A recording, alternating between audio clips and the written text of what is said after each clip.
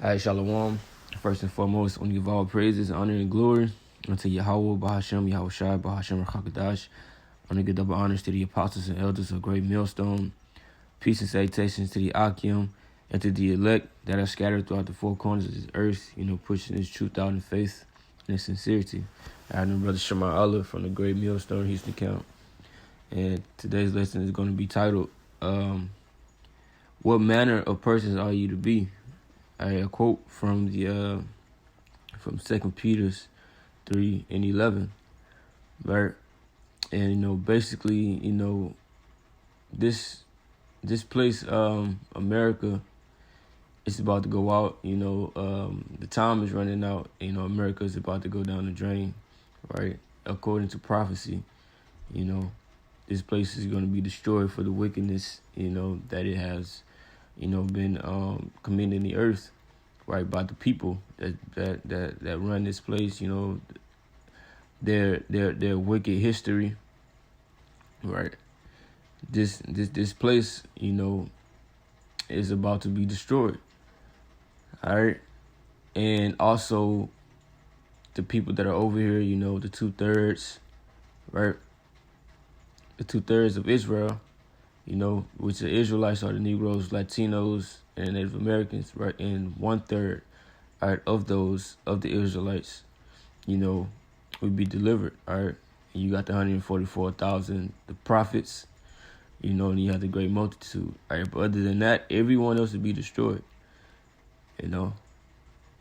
everyone else. So knowing those things, that this place, just is about to go, what should be your mindset, right?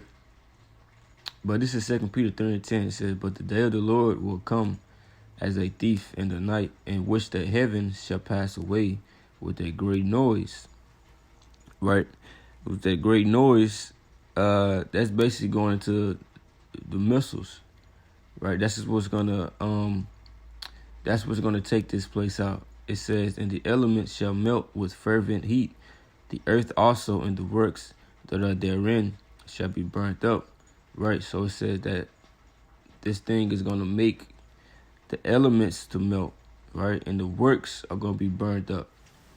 So, if you know anything about science, everything is basically made up of elements. Your body, like everything, right? And it says it's all going to be burnt up, right? The works, the things that are being done in this place, everything, is just going to be brought to naught, to nothing, to shit, So it says, "Seeing then that all these things shall be dissolved, what manner of persons are ye to be in all holy conversation and godliness?" Right? So it's saying that all this is going to take place. And you knowing that this place is going to get destroyed, and that basically there's going to be a lot of death, right, and destruction in this place. How should you be operating, right? What type of mindset should you be in? What type of mindset should you have, right? How should you be acting? Because when you go into this word conversation, it's Strong's number G 391, anastrophe, manner of life, conduct, behavior, deportment, right? So how should your manner of life be? How should you be conducting yourself in this place, knowing that it's getting close to the end, right? That these prophecies are about to happen. That the destruction of Esau, the wicked, right, and the heathen, and 2/3 are at hand, and that our kingdom is about to be set back up. We're about to be back on top forever, and you should want a part of that,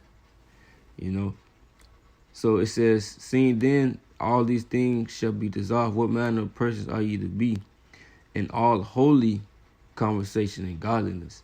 Right? Holy conversation, holy, having a holy conduct, right? According to these scriptures, following these scriptures, right? And godliness, believing and following the scripture to the best of your ability, right? The commandments, right? Believing in Yahweh Shai, doing the things that the Most High require of us to the best of our ability. This is 1 Peter 1:13. It says, wherefore gird up the loins of your mind. Right, strengthen your mind, be sober, right? Meaning don't get drunk off the philosophies of these world, the philosophies of these people, their vain religions, their vain beliefs, the things that they believe in, right? Keep your mind on this truth. And hope to the end for the grace that is to be brought unto you at the revelation of Yahweh Shai. So we're supposed to be hoping to be delivered and have mercy by the Most High and the Son. As obedient children, not fashioning yourselves according to the former lusts and your ignorance, right? The former lusts, who you once were before you came to the realization of being an Israelite, right? Of coming to the realization of, oh, I'm from this tribe, this and that. You getting your Hebrew name, or, all of that. You're finding out about the law, statutes, and commandments. Right? You're supposed to change up, right? You're not just supposed to be a hearer of the word, but a doer. Just like James said in the book of James, the 1st chapter. You should want to do these things. You're supposed to try to do these things to the best of your ability. It says, as obedient children, not fashioning yourselves according to the former lusts in your ignorance, but as he which had called you is holy, so be ye holy in all manner of conversation. Right? So just like the Most High is holy. Let me read the next verse. It says, because it is written, be ye holy, for I am holy. Right? And that's written in the law. So we supposed to be holy, right? Because the Most High is holy. We are the Most High's people, the chosen people. He says that Deuteronomy 76, thou art an holy people. Right? So we're supposed to live up to that. We're supposed to live up to being the Most High's people, because we represent him on the earth. The Israelites, the Negroes, Latinos, and Native Americans. And what did Yahweh Shai also tell us, about, let me get it. This is Matthew 5:48. Be ye therefore perfect, even as your Father which is in heaven is perfect, right? So we're supposed to strive for perfection. Even though that we are not going to be perfect, we're going to fall short because we are in these chains of darkness, these bodies, right? So it's going to be hard to be perfect, but you should want to be perfect. You should strive to be perfect. You should fight to be perfect, right? Being in these bodies, knowing that we go off, is not an excuse just to sin willfully, just to be adding sin on top of sin. We ain't perfect. We ain't perfect. We gonna go off. So you just doing whatever. No, it's not what it's about. You're supposed to keep everything to the best of your ability. But it says, verse 17, if ye call on the Father, who without respect of persons judge it according to every man's work, past the time where you should join in here in fear, right? Because the Most High don't have no respect of persons. It's not about who you are. It's not about your status, who you are in this world, or nothing like that, right? It's going to be about what have you been doing on this planet Earth, right? Have you been believing? Have you been working, right? As we're going out on the highways and the byways and preaching this truth, teaching our people, prophesying, loving the brethren, because it's faith and works, right? They go hand in hand. You can't have one without the other. So knowing it is going to be basically how you've been conducting yourself. Salvation is going to be based off of faith in the way that you've been conducting yourself. You should be afraid, and that fear should drive you to do what you need to do, because the scriptures say the fear of the Lord driveth away sins. This is Sirach 1:21. The fear of the Lord driveth away sins, and where it is present, it turneth away wrath, right? Because that fear is going to lead you into doing what you have to do. if you actually fear the Most High. 2 Corinthians 5:11 says that, therefore, knowing the terror of the Lord, we persuade men. Right? So knowing that terror, knowing what the Most High could fucking do to you, right? That would make you do what you got to do, what he requires of you. And it says that, for as much as ye know that you were not redeemed with corruptible things, as silver and gold, right? We weren't redeemed by money. You know, we weren't redeemed back unto the Father, which means to buy back. You wouldn't bought back to the Father by money, right? Because anybody could have money. Anybody could offer money, right? It says, for as much as ye know that ye were not redeemed with corruptible things, as silver and gold, from your vain conversation, right, conduct received by tradition from your fathers, right? So we wasn't brought back to the Heavenly Father by silver and gold, all right, from the things that we used to do in this world, all right, passed down, all right, from generation to generation, you know, celebrating fucking Christmas, Thanksgiving, New Year's, all right, we was deep into that. But when we came into the truth, we let those things go, right? But it wasn't because of money that did it that we came into this truth.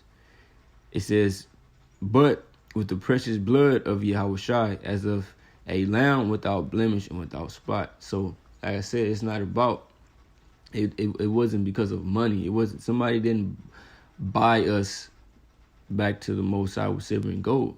It was Yahushua. Right, because money ain't shit, but this is the blood of a man we talking about, the blood of the Messiah. Right, so knowing that a man shed his blood for you to get right, that's to drive you to get right. Right, to do the things that you need to be doing, but that we need to be doing.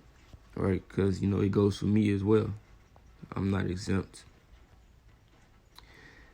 But this is 2 Peter 3:11. Seeing then that all these things shall be dissolved, what manner of persons are you to be in all holy conversation and godliness, looking for and hasting unto the coming of the day of the Most High, wherein the heavens, being on fire, shall be dissolved, and the elements shall melt with fervent heat. Nevertheless, we, according to his promise, look for new heavens and a new earth wherein dwelleth righteousness, right? We're looking for everything to be renewed. We're looking for a new rulership, right? A new earth, things to be refreshed, right? And Israel is going to be ruling, right? Under Yahushua, of course, you know, it's going to be order set up, right? But it says that, wherefore believe, seeing that ye look for such things, be diligent, that ye may be found of him in peace, without spot and blameless. So we looking for those things. We looking for a kingdom. We looking to rule. We looking to make it out of this place, right? It says, wherefore, beloved, seeing that you look for such things, be diligent, that ye may be found of him in peace, without spot and blameless. So we got to be diligent in having that holy conduct, right? And diligent in the things that we are doing, you know, that's going to get us salvation. You know, diligent in the works, diligent in the faith, you know. To be found of him in peace, without spot, and to be blameless. To make it out of here, right? But it all boils down to being of the elect, regardless, right? So, you know, with that, you know, that was the lesson. You know, I hope brothers were edified. You know, with that, I'm going to say shalom.